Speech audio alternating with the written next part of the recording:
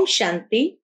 आज 6 नवंबर 2022 को हम अव्यक्त बाप दादा के अव्यक्त मधुर महावाक्य सुनेंगे। ये अव्यक्त मधुर महावाक्य अव्यक्त बाप दादा ने 30 नवंबर 1992 को सुनाए थे, जिसमें आज सर्व खजानों के मालिक अपने बच्चों के खजानों की संपन्नता को देख रहे हैं। बाबा कहे, इतने अखुट खजाने मिले हैं जो इस जन्म तो क्या अनेक जन्म उसी से भरपूर रहेंगे। खजानों की प्राप्ति है, उसकी संपन्नता बाबा कहे रूहानी नशे के रूप में दिखाई देती है। चलन और चेहरे में वो चमकती है और हर कर्म में वो संपन्नता झलकती है। दुनिया के अंदर किसी के पास विनाशी खजाना है, वो भी सदाकाल के लिए नहीं है, तो भी उनके अंदर एक नशा रहता है। तो बाबा कहे, आपको तो कितने अखुट खजाने प्राप्त है। कौन से खजाने प्राप्त है? तो सबसे पहला खजाना है ज्ञान रत्नों का खजाना। और इस ज्ञान रत्नों से क्या प्राप्ति है? तो बाबा कहे, मुक्ति और जीवन मुक्ति की प्राप्ति की अनुभूति वर्तमान में भी करते हो और अनेक जन्मों तक भी करते हो। कितने बंधनों से मुक्त है, कितने दुख शांति के कारक विकारों से मुक्त है, जो वर्तमान समय में भी जीवन में रहते मुक्ति का अनुभव कराता है। दूसरा खजाना बाबा कहे, योग के द्वारा या याद के द्वारा सर्व शक्तियों का खजाना। तीसरा खजाना है दिव्य गुणों की धारणा का खजाना। धारणा के सब्जेक्ट में कैसे दिव्य गुणों का खजाना हर एक के अंदर है, और सेवा द्वारा खुशी का खजाना। पांचवा खजाना बाबा कहे, जब संबंध संपर्क में आते हो और संबंध संपर्क में भी जब बहुत सुंदर व्यवहार के माध्यम से अनेकों के साथ ज्ञानयुक्त व्यवहार करते हैं, तो दुआओं का खजाना प्राप्त होता है। बाबा कहे, ये दुआओं का खजाना कितना ब्राह्मण जीवन में इसकी आवश्यकता है। बाबा कहे, जिसके पास ये दुआओं का खजाना है, उसके सामने विघ्न उनको स्पर्श नहीं कर सकता है। उसके जीवन के अंदर युद्ध समाप्त हो जाती है। और साथ ही साथ बाबा कहे, योग युक्त और युक्ति युक्त हर संकल्प वाणी और कर्म में स्वतः दिखाई देती है। इसलिए बाबा कहे, ये दुआओं का खजाना वर्तमान समय में जमा करने की आवश्यकता है। लेकिन बाबा ने 3 प्रकार के बच्चे देखे। पहले प्रकार के बच्चे हैं जो दुआओं के खजाने से खाया पिया और मौज किया, बस समाप्त हो गया। दूसरे प्रकार के बच्चे बाबा ने देखे जो खाया पिया मौज किया लेकिन साथ में जमा भी किया। और तीसरे प्रकार के बच्चे बाबा ने देखे जो खाया पिया मौज किया, जमा भी किया, लेकिन बढ़ाया भी और उसको बढ़ाते भी गए। और बढ़ाने की विधि क्या है? तो बाबा ने बताया कि जितना कर्म में उस खजाने का प्रयोग करते जाएंगे, दूसरों को उसका सुख देते जाएंगे, तो उतना सभी से और दुआएं बढ़ती जाएगी। इसलिए उन दुआओं को भी यथार्थ रीति यूज करना है। एक होता है सुनना। बाबा ने अथाह ज्ञान की पॉइंट समय दी है। सुनते हैं, समझते हैं, और याद भी करते हैं, समय आने पर विघ्नों के समय याद भी आती है कि बाबा ने ये बात कही थी, ऐसे नहीं करना चाहिए, ये करना चाहिए। तो सुनने वाले पॉइंट को रिपीट करते हैं, लेकिन जो अपने में समाते हैं वो उसको समय पर समझदार बन करके त्रिकालदर्शी स्थिति में स्थित होकर के उसको यूज करते हैं, अर्थात वो खजाना बढ़ता जाता है। साथ ही साथ बाबा कहे सभी के साथ संबंध में आते हुए इस खजाने को बढ़ाना ये अलग बात है, लेकिन जितना बाबा की श्रीमत पर चलते जाते हैं तो हर श्रीमत पर चलने से भी बाप के द्वारा खजाना बढ़ता जाता है, अर्थात बाप की दुआओं को सहज जीवन के अंदर अनुभव कर सकते हैं। तो इसीलिए एक है सुनना, दूसरा है समाना और बढ़ाना। साथ ही साथ बाबा कहे ये दुआएं बढ़ती जाए तो ब्राह्मण जीवन के अंदर सहजता से अनुभव कर सकते हैं, जैसे कि आगे बढ़ते जाते हैं। इसलिए बाबा कहे इन दुआओं को बढ़ाते जाओ। साथ में बाबा ने कहा समझदार बनकर के उसको यूज करना है। समझदार बनकर के यूज करने का भाव क्या है कि बाबा कहे सत्य असत्य की समझ प्राप्त है, तीनों कालों के ज्ञान से समझदार बने हुए हैं, यथार्थ अयथार्थ को समझते हैं। तो बाबा कहे जब ज्ञान के रत्नों को यूज करते हो तो उसको समझदारी के साथ बढ़ाते जाते हैं।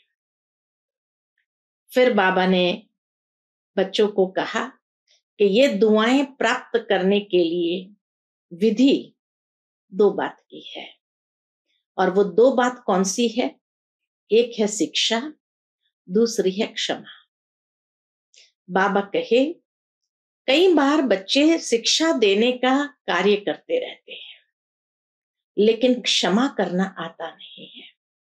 शिक्षक बन जाते हैं और शिक्षक बन करके दूसरों को सावधान करते हैं, लेकिन बाबा कहे जितना आप क्षमा करते जाएंगे तो आपकी क्षमा ही उसके लिए शिक्षा बन जाएगी और वह भी आपको दुआएं देने लगेगा। अंत में बाबा ने एक बहुत सुंदर बात कही है कि कोई आत्मा कितनी भी क्रोधी क्यों ना हो, लेकिन वो क्रोधी आत्मा भी आपको दुआ देती है। बाबा ने उदाहरण दिया कि जैसे कोई भी पुष्प, जैसे गुलाब का पुष्प है, तो वो खाद जो एकदम गंदी होती है, बदबूदार होती है, उस बदबूदार खाद से भी खुशबू को लेती है और खुशबू चारों ओर फैलाती है। ठीक इसी तरह बाबा कहे कोई आत्मा कितनी भी क्रोधी हो, लेकिन उसकी ये गंदगी को न देख करके उससे नफरत नहीं करो, लेकिन उससे भी दुआएं प्राप्त करो। उससे दुआएं कैसे प्राप्त करनी होती है? तो बहुत सूक्ष्म बात बाबा ने समझाई है कि जब कोई आत्मा क्रोध करती है तो मानो वो आपको याद दिलाती है कि मैं तो परवश आत्मा हूं, लेकिन आप तो सर्वशक्तिमान हो, आप मुझे इस परवशता से भी मुक्त करो। आप सर्वशक्तिमान हो, तो यही आपके लिए दुआ हो गई, जो आपको स्मृति दिलाया कि आप सर्वशक्तिमान हो, ये आपके लिए दुआएं हैं। तो इस तरह से बाबा कहे क्रोधी के ऊपर क्रोध नहीं करना, नफरत नहीं करना, उसको शिक्षा नहीं देना, लेकिन उसको क्षमा करते हुए उसकी वो स्मृति दिलाने की विधि को अपना करके क्षमा करते हुए उसको भी दुआ में परिवर्तन कर दो। ये दुआएं अंत समय बहुत काम आएगी। तो सुनते हैं आज बाबा के मधुर महावाक्य। ओम शांति। आज के मुरली का टाइटल है सर्व खजानों से संपन्न बनो, दुआएं दो, दुआएं लो। आज सर्व खजानों के मालिक अपने संपन्न बच्चों को देख रहे हैं। हर एक बच्चे को अनेक प्रकार के अविनाशी अखुट खजाने मिले हैं और ऐसे खजाने हैं जो सर्व खजाने अब भी है और आगे भी अनेक जन्म खजानों के साथ रहेंगे। जानते हो कि खजाने कौन से और कितने मिले हैं? खजानों से सदा प्राप्ति होती है। बाबा कहे खजानों से सदा प्राप्ति होती है। खजानों से संपन्न आत्मा सदा भरपूरता के नशे में रहती है। संपन्नता की झलक उनके चेहरे में चमकती है और हर कर्म में संपन्नता की झलक स्वतः ही नजर आती है। इस समय के मनुष्यात्माओं को विनाशी खजानों की प्राप्ति है, इसलिए थोड़ा समय नशा रहता है, सदा नहीं रहता है। विनाशी खजाना भी थोड़ा समय उनको नशा दिलाते हैं, लेकिन सदा नहीं रहता। इसलिए दुनिया वाले कहते हैं, क्या कहते हैं? खाली होकर जाना है। कहते हैं ना, खाली हाथ आए थे, खाली होकर जाना है। और आप कहते हो कि भरपूर होकर जाना है, इन खजानों से भरपूर होकर जाना है। आप सबको बाप दादा ने अनेक खजाने दिए हैं। सबसे श्रेष्ठ पहला खजाना कौन सा है? सबसे श्रेष्ठ पहला खजाना है ज्ञान रत्नों का खजाना। सबको यह खजाना मिला है ना, कोई वंचित तो नहीं रह गया है ना। इस ज्ञान रत्न के खजाने से विशेष क्या प्राप्ति कर रहे हो? इस खजाने से वर्तमान समय में क्या प्राप्ति होती है? ज्ञान खजाने द्वारा इस समय भी मुक्ति, जीवन मुक्ति की अनुभूति कर रहे हो। मुक्ति धाम में जाएंगे, वह जीवन मुक्त देव पद प्राप्त करेंगे। ये तो भविष्य की बात हुई, लेकिन अभी भी मुक्त जीवन का अनुभव कर रहे हैं। अभी भी मुक्त जीवन का अनुभव कर रहे हैं। कितनी बातों से मुक्त हो मालूम है? जो भी दुख और अशांति के कारण है, उनसे मुक्त हुए हो कि अभी मुक्त होना है। दुख अशांति का मुख्य कारण है विकार, कमजोरियां। तो बाबा कहे उनसे मुक्त हुए हो कि अभी मुक्त होना है। अभी कोई विकार नहीं आता, मुक्त हो गए। अगर आता भी है तो विजयी बन जाते हो ना। अगर कोई विकार आता भी है तो सहजता से विजयी बन जाते हो ना। तो कितनी बातों से मुक्त हो गए हो। लौकिक जीवन और अलौकिक जीवन, दोनों को बाबा कहे कंपेयर करो। लौकिक जीवन और अलौकिक जीवन दोनों को साथ रखो तो कितना अंतर दिखाई देता है। तो अभी मुक्ति की प्राप्ति की है और जीवन मुक्ति भी अनुभव कर रहे हो। अनेक व्यर्थ और विकल्प, विकर्मों से मुक्त बनना, यही जीवन मुक्त अवस्था है। वर्तमान में अनेक व्यर्थ, विकल्प, विकर्मों से मुक्त बनना, यही वर्तमान में जीवन मुक्त अवस्था है। कितने बंधनों से मुक्त हुए हो? चित्र में दिखाते हो ना, कितने बंधनों की रस्सियां मनुष्य आत्मा को बंधी हुई है। ये किसका चित्र है? आप तो वह नहीं हो ना, आप तो मुक्त हो ना। तो जीवन में रहते जीवन मुक्त हो गए तो ज्ञान के खजाने से विशेष मुक्ति, जीवन मुक्ति की प्राप्ति का अनुभव कर रहे हैं। दूसरा, पहला है ज्ञान रत्नों का खजाना, दूसरा याद अर्थात योग।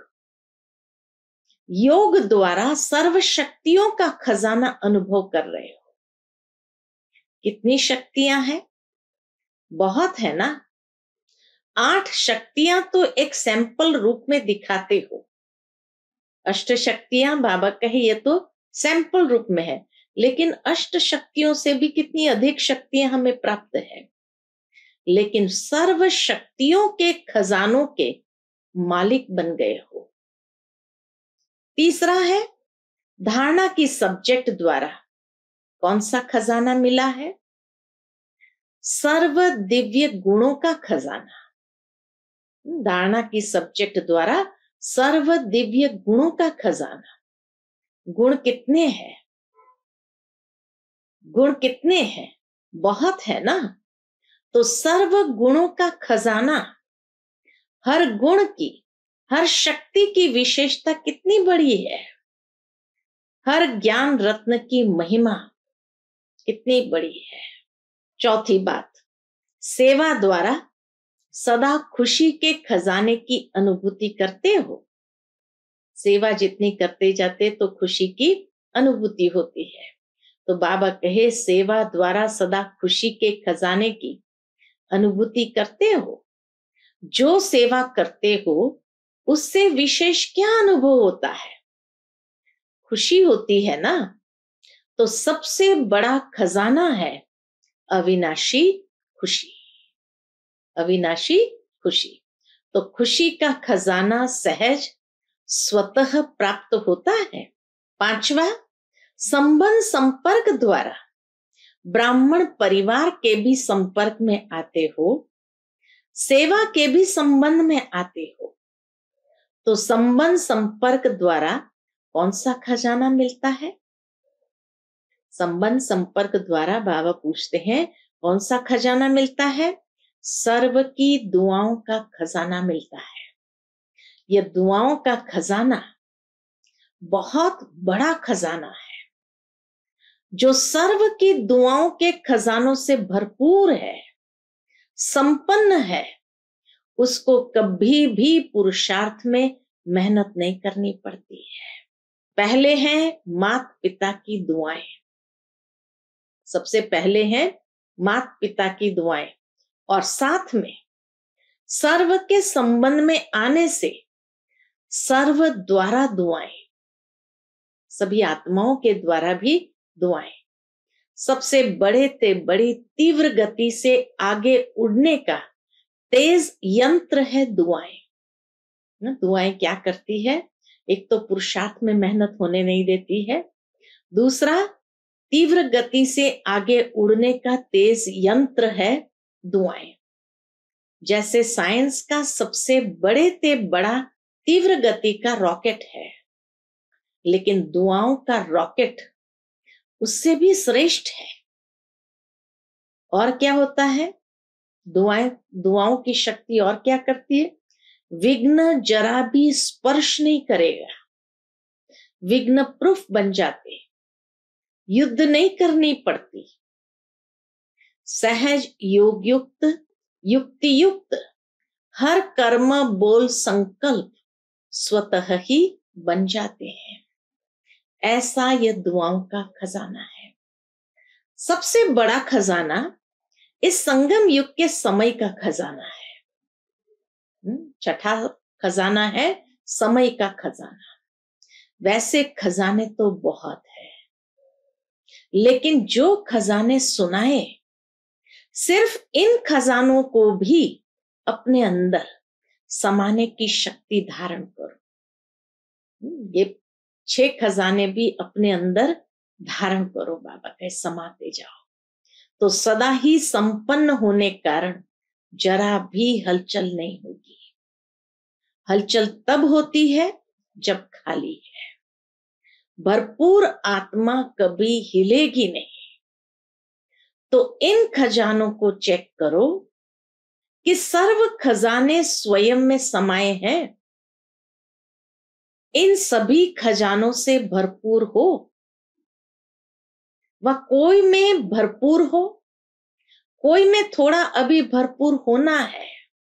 बाबा कहे चेक करो, खजाने मिले तो सभी को है ना, एक द्वारा एक जैसे खजाने सभी को मिले हैं, अलग अलग तो नहीं बांटा है ना।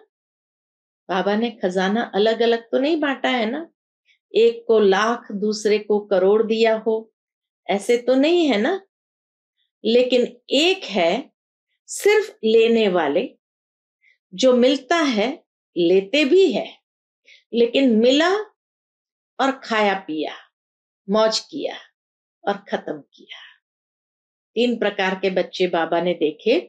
तो पहले हैं, एक है सिर्फ लेने वाले, जो मिलता है लेते हैं, लेकिन मिला और खाया पिया, मौज किया और खत्म किया। दूसरे हैं जो मिले हुए खजाने को जमा करते हैं, खाया पिया, मौज भी किया और जमा भी किया। और तीसरे हैं जमा भी किया, खाया पिया भी, लेकिन मिले हुए खजाने को और बढ़ाते जाते हैं। बाप के खजाने को अपना खजाना बनाए बढ़ाते जाते। तो देखना है कि मैं कौन हूं।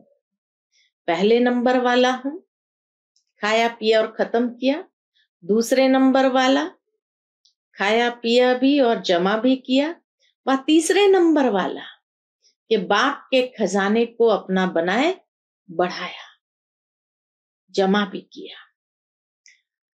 जितना खजाने को अभी बढ़ाएंगे कैसे, उसकी विधि बाबा बताते हैं। जितना खजाने को स्व के कार्य में या अन्य की सेवा के कार्य में यूज करते हो, उतना खजाना बढ़ता है। जितना खजाने को स्व के कार्य में या अन्य की सेवा के कार्य में यूज करते हो, उतना खजाना बढ़ता है। खजाना बढ़ाने की चाबी है कौन सी? खजाने को बढ़ाने की चाबी है यूज करना, यथार्थ दिशा में उसको यूज करना। पहले अपने प्रति, जैसे ज्ञान के एक एक रत्न, मिसाल देते हैं बाबा, जैसे ज्ञान के एक एक रत्न को समय पर अगर स्व प्रति यूज करते हो, तो खजाना यूज करने से अनुभवी बनते जाते हैं। इस तरह से बढ़ता है। अनुभवी बने ना तो खत्म नहीं हुआ, बढ़ता है। जो खजाने की प्राप्ति है वह जीवन में अनुभव की अथॉरिटी बन जाते हैं। तो अथॉरिटी का खजाना ऐड जमा हो जाता है, तो बढ़ गया ना। सिर्फ सुनना और बात है। सुनना माना लेना नहीं, समाना और समय पर कार्य में लगाना, यह है लेना। तो 2 टाइप के बच्चे इसमें भी है। एक है सिर्फ सुनने वाले, दूसरे हैं स्वयं में समाना और समय पर उसको कार्य में लगाने वाले, यह लेना। सुनने वाले क्या करते हैं और समाने वाले क्या करते हैं, दोनों में महान अंतर है। अब बाबा उस अंतर को स्पष्ट करते हैं। सुनने वाले का बाप दादा दृश्य देखते हैं तो मुस्कुराते हैं। बाबा को भी हंसी आ जाती है ऐसे बच्चों को देख करके। सुनने वाले समय पर परिस्थिति प्रमाण व विघ्न प्रमाण, समस्या प्रमाण पॉइंट को याद करते हैं कि बाप दादा ने इस विघ्न को पार करने के लिए ये पॉइंट्स दी है, ऐसे करना है, ऐसा नहीं करना है। रिपीट करते हैं, याद करते रहते हैं। एक तरफ पॉइंट रिपीट करते रहते, दूसरे तरफ वशीभूत भी हो जाते हैं। उस समस्या के वशीभूत भी हो जाते, उस परिस्थिति के वशीभूत भी हो जाते हैं। बोलते हैं ऐसे नहीं करना है, ये ज्ञान नहीं है, ये दिव्य गुण नहीं है। समाने की शक्ति धारण करनी है, किसको दुख नहीं देना है। रिपीट भी करते रहते हैं, लेकिन फेल भी होते रहते हैं। ये सिर्फ सुनने वाले। अगर उस समय भी उनसे पूछो कि राइट है, तो जवाब देंगे राइट है नहीं, लेकिन हो जाता है, बोल भी रहे हैं, भूल भी रहे हैं, तो उनको क्या कहेंगे? सुनने वाले। सुनना बहुत अच्छा लगता है, पॉइंट बड़ी अच्छी शक्तिशाली है, लेकिन यूज करने के समय अगर शक्तिशाली पॉइंट ने विजयी नहीं बनाया, वह आधा विजयी बनाया, तो उसको क्या कहेंगे? सुनने वाले कहेंगे ना। और दूसरी ओर समाने वाले क्या करते हैं? समाने वाले जैसी कोई परिस्थिति या समस्या सामने आती है, तो त्रिकालदर्शी स्थिति में स्थित हो परिस्थिति को ऐसे पार कर लेते जैसे कि कुछ था ही नहीं। इसको कहा जाता है समाना, अर्थात समय पर कार्य में लगाना। समय प्रमाण हर शक्ति को, हर पॉइंट को, हर गुण को ऑर्डर से चलाना। जैसे कोई स्थूल खजाना है, तो खजाने को स्वयं खजाना यूज नहीं करता है, लेकिन खजाने को यूज करने वाली मनुष्य आत्माएं हैं। खजाना खजाना को यूज नहीं करता है। वो जब चाहे, जितना चाहे, जैसे चाहे वैसे यूज कर सकती है।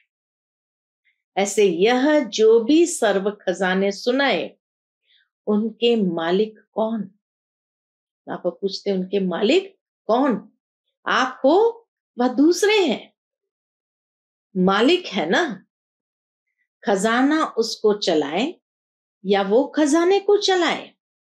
तो ऐसे हर खजाने के मालिक बन समय पर ज्ञानी अर्थात समझदार, नॉलेजफुल, त्रिकालदर्शी होकर खजाने को कार्य में लगाओ। ऐसे नहीं कि समय आने पर ऑर्डर करो सहन शक्ति को और कार्य पूरा हो जाए फिर सहन शक्ति आए। समाने की शक्ति जिस समय, जिस विधि से चाहिए, उस समय अपना कार्य करे। ऐसे नहीं समाया तो सही, लेकिन थोड़ा थोड़ा फिर भी मुख से निकल गया। आधा घंटा समाया और 1 सेकंड समाने के बजाय बोल दिया, तो इसको क्या कहेंगे? खजाने के मालिक व गुलाम। पूछते बाबा, इसको क्या कहेंगे? अगर वो शक्तियां कार्य में नहीं आती है तो उसको क्या कहेंगे? खजाने के मालिक व गुलाम। सर्व शक्तियां बाप के अधिकार का खजाना है, वर्षा है, जन्म सिद्ध अधिकार है। सर्व शक्तियों का जो खजाना है, बाबा कहे ये बाप के अधिकार का खजाना है, वर्षा है, जन्म सिद्ध अधिकार है। तो जन्म सिद्ध अधिकार का कितना नशा होता है।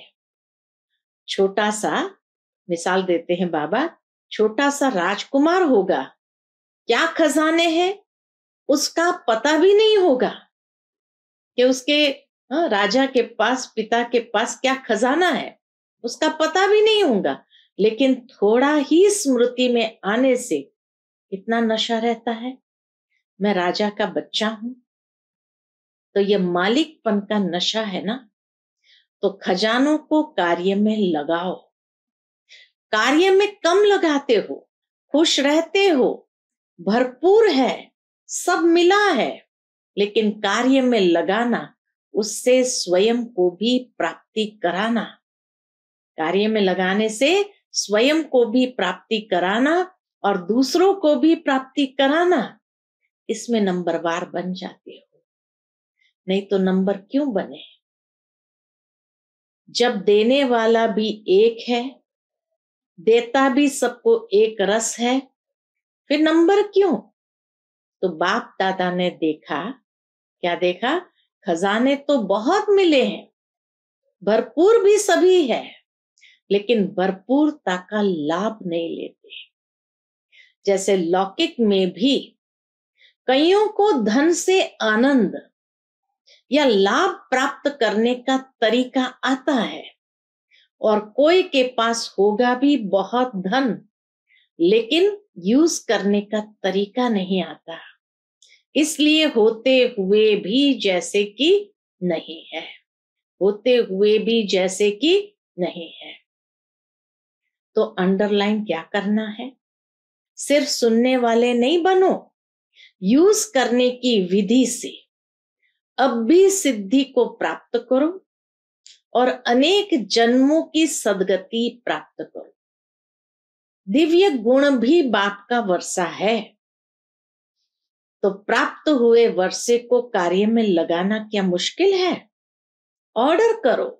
ऑर्डर करना नहीं आता है, मालिक को ही ऑर्डर करना आता है, कमजोर को ऑर्डर करना नहीं आता।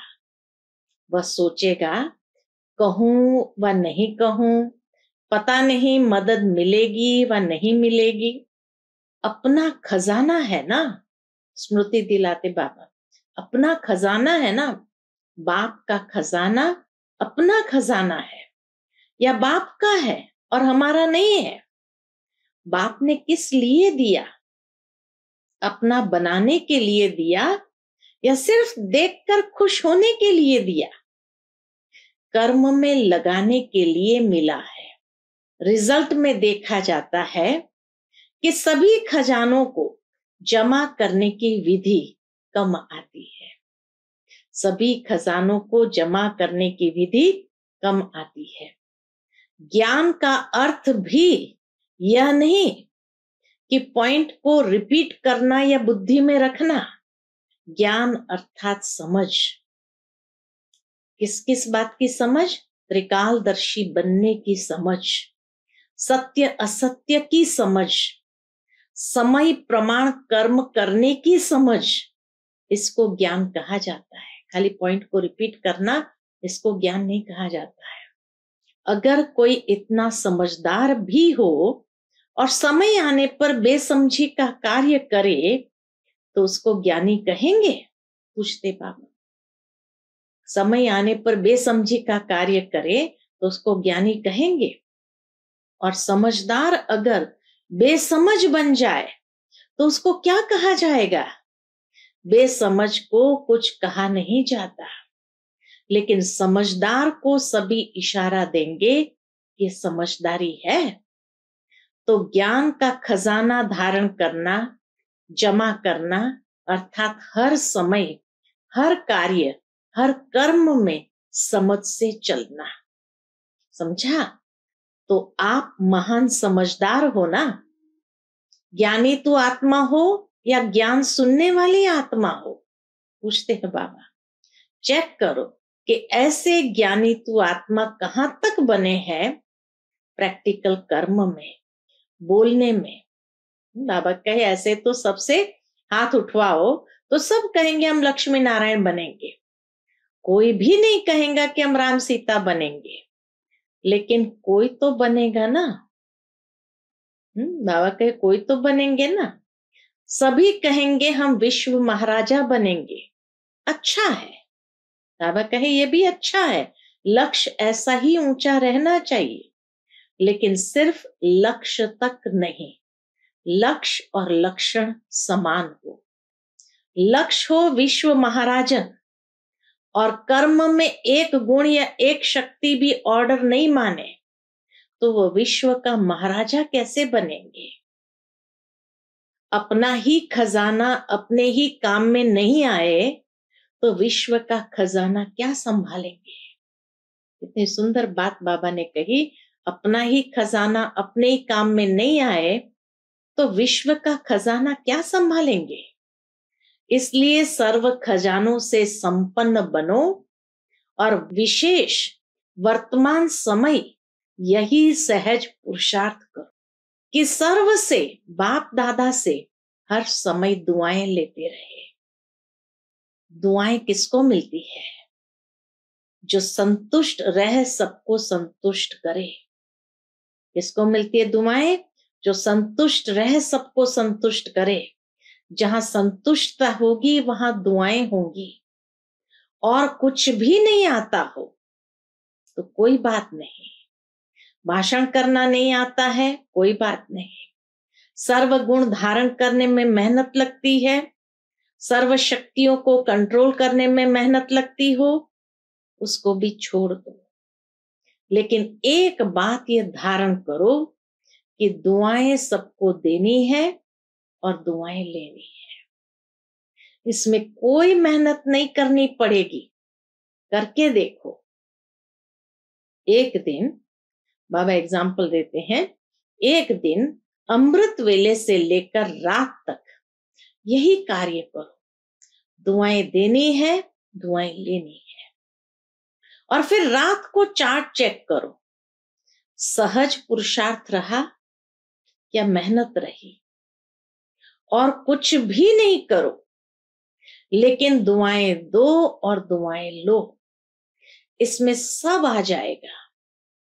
दिव्य गुण शक्तियां आपे ही आ जाएंगी। कोई आपको दुख दे तो भी आपको दुआएं देनी है, कोई आपको दुख दे तो भी आपको दुआएं देनी है। तो सहन शक्ति समाने की शक्ति होगी ना, विकसित हो जाएगी। सहनशीलता का गुण होगा ना, अंडरस्टूड है। दुआएं लेना और दुआएं देना यह बीज है, इसमें झाड़ स्वतः ही समाया हुआ है। सर्व खजानों का झाड़ स्वतः समाया हुआ है। इसकी विधि है 2 शब्द, याद रखो। बाबा कहे सिर्फ 2 शब्द याद रखो, दुआएं देना और दुआएं लेना। उसकी विधि है सिर्फ 2 शब्द याद रखो। कौन से? एक है शिक्षा और दूसरी है क्षमा, रहम। एक है शिक्षा और दूसरी है क्षमा, रहम। तो शिक्षा देने की कोशिश बहुत करते हो, क्षमा करना नहीं आता, तो क्षमा करनी है। क्षमा करना ही शिक्षा देना हो जाएगा, क्षमा करना ही शिक्षा देना हो जाएगा। शिक्षा देते हो तो क्षमा भूल जाते हो, लेकिन क्षमा करेंगे तो शिक्षा स्वतः आ जाएगी। शिक्षक बनना बहुत सहज है, सप्ताह कोर्स के बाद ही शिक्षक बन जाते हैं। तो क्षमा करनी है, रहम दिल बनना है, सिर्फ शिक्षक नहीं बनना है। दोनों का बैलेंस रखना है, यानी क्षमा में ही शिक्षा समाई हुई है। क्षमा करेंगे अभी से, ये संस्कार धारण करेंगे तभी दुआएं दे सकेंगे। क्षमा किया तो दुआएं देना सहज हो जाएगा। और अभी से दुआएं देने का संस्कार पक्का करेंगे तभी आपके जड़ चित्रों से भी दुआएं लेते रहेंगे। चित्रों के सामने जाकर क्या कहते हैं? देवताओं के मंदिर में जाकर देवताओं की मूर्ति के सामने क्या कहते हैं? दुआ करो, मर्सी करो, रहम दो। आपके जड़ चित्र से जब दुआएं मिलती है, बाबा कितनी सुंदर बात कहते हैं, आपके जड़ चित्रों से जब दुआएं मिलती है तो चैतन्य में आत्माओं से कितनी दुआएं मिलेगी। दुआओं का अखुट खजाना बाप दादा से हर कदम में मिल रहा है। लेने वाले लेवे। आप देखो, अगर श्रीमत प्रमाण कोई भी कदम उठाते हो तो क्या अनुभव होता है? बाप की दुआएं मिलती है। और अगर हर कदम श्रीमत पर चलो तो हर कदम में कितनी दुआएं मिलेंगी। दुआओं का खजाना कितना भरपूर हो जाएगा। कोई भल क्या भी देवे, लेकिन आप उसको दुआएं दो। चाहे कोई क्रोध भी करता है, अब यहाँ बहुत सुंदर बात बाबा ने कही है, चाहे कोई क्रोध भी करता है उसमें भी दुआएं हैं। क्रोध में दुआएं हैं कि लड़ाई है? अब बाबा समझाते, चाहे कोई कितना भी क्रोध करता है लेकिन आपको याद दिलाता है क्या? कि मैं तो परवश हूं, लेकिन आप मास्टर सर्वशक्तिमान हो। तो दुआएं मिली ना, मास्टर सर्वशक्तिमान हो, ये दुआएं मिली ना, याद दिलाया कि आप मास्टर सर्वशक्तिमान हो, आप शीतल जल डालने वाले हो।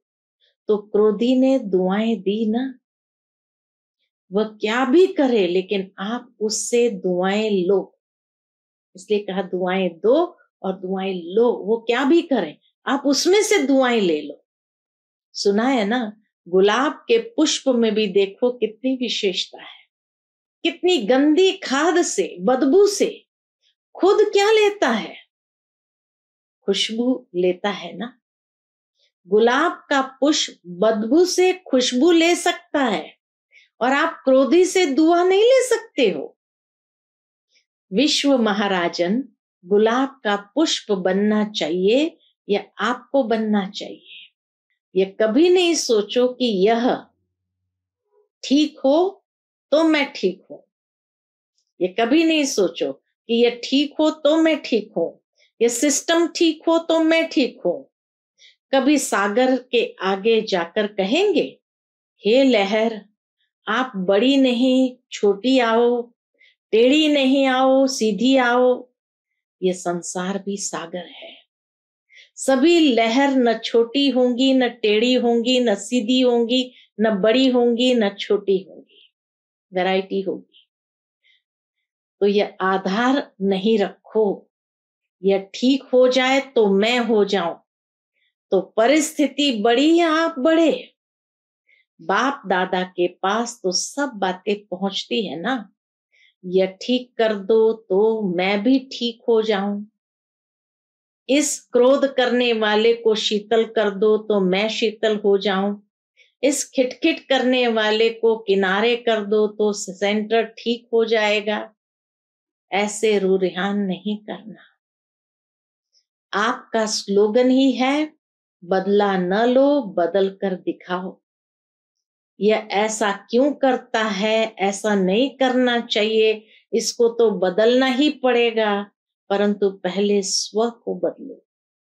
स्व परिवर्तन से विश्व परिवर्तन व अन्य का परिवर्तन, या अन्य के परिवर्तन से स्व परिवर्तन है।